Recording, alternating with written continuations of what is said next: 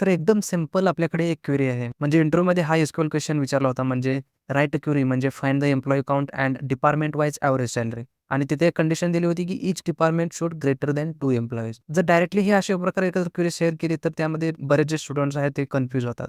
पण जर पार्ट्समध्ये या क्वेरीला डिव्हाईड केलं तर ही क्वेरी खूप ईझी आहे. तर या केसमध्ये काय विचारले फक्त find the employee count and department wise average salary. पण फक्त कंडिशन आहे each department should greater than 2 employees. पहिल्यांदा आपण डेटा करूया टेबलमध्ये सिलेक्ट स्टार फ्रॉम एम्प्लॉईज टेबलमधला.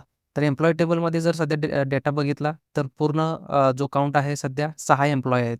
तर सिम्पली पहिल्या कंडिशननुसार या पूर्ण क्वेश्चनला आपण डिस्ट्रिब्यूट करूया. म्हणजे काय आहे पहिल्यांदा फाइंड द एम्प्लॉयी काउंट. तर पहिल्यांदा फक्त आपण एम्प्लॉयी काउंट फाइंड करू. तर सिम्पली इथं काय आहे सिलेक्ट डायरेक्टली आपण एम्प्लॉयी काउंट फाइंड करण्यासाठी काउंट स्टार वापरतोय आणि as a employee count directly आपण हा एम्प्लॉयी काउंट करतोय आणि फ्रॉम व्हेअर एम्प्लॉयी टेबल म्हणून.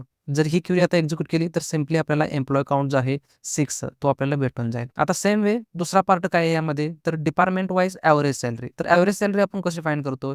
तर डायरेक्टली आपण सेम वे जसा काउंट फाइंड केलाय तसं आपण एव्हरेज सॅलरी फाइंड करतोय. तर एव्हरेजसाठी एव्हरेज फंक्शन वापरतोय आणि कोणत्या कॉलम आपल्याला फाइंड करायचा आहे तर सॅलरी कॉलम. सॅलरी कॉलमला इथे ॲड करतोय आणि ॲज सॅलरी काउंट आणि फक्त ही जर क्वेरी एक्झिक्यूट केली तर आपल्याला सॅलरी काउंट भेटेल आणि एम्प्लॉयी काउंट. पण ही जी सॅलरी काउंट आहे हा पूर्ण टेबलमधला जो आहे एम्प्लॉयी जे आहे.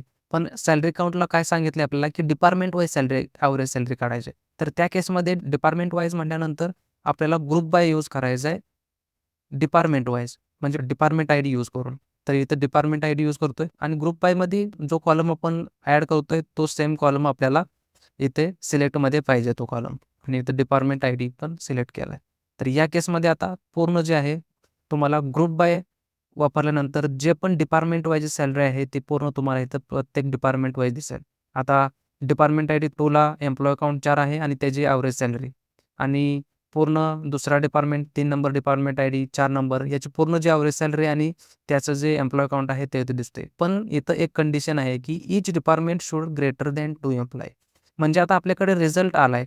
पण रिझल्ट आपल्याला एंड ऑफ द डे कसा पाहिजे की पूर्ण each department should greater than 2 employee. म्हणजे ज्या डिपार्टमेंटमध्ये एम्प्लॉयी काउंट 2 पेक्षा जास्त आहे तो रेकॉर्ड मला पाहिजे. तर त्या केसमध्ये आता सध्या आपल्याकडे एकच असं डिपार्टमेंट आहे जे डिपार्टमेंट 2 त्याचा एम्प्लॉयी काउंट 4 म्हणजे हा ग्रेटर दॅन आहे. बाकीचे 2 जे आहेत ते एक एम्प्लॉयी आहे. तर त्या केसमध्ये डायरेक्टली आपण इथे ती कंडिशन अप्लाय करतोय. तर इथे काय करतोय having count star employee count star greater than 2 आणि ही कंडिशन जेव्हा आपण एक्झिक्यूट कराल त्या ऑटोमॅटिकली पूर्ण जो काउंट आहे डिपार्टमेंट आयडीचा जो एम्प्लॉयी काउंट आहे तो तुम्हाला इथं भेटून जाईल.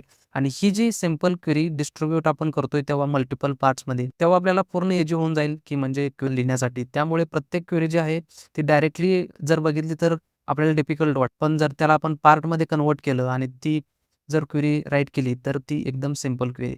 अशा प्रकारे तुम्ही क्वेरीला डिस्ट्रिब्यूट करून पूर्ण जे आहे तुम्ही एसक्यूएल क्वेरी लिहू शकता.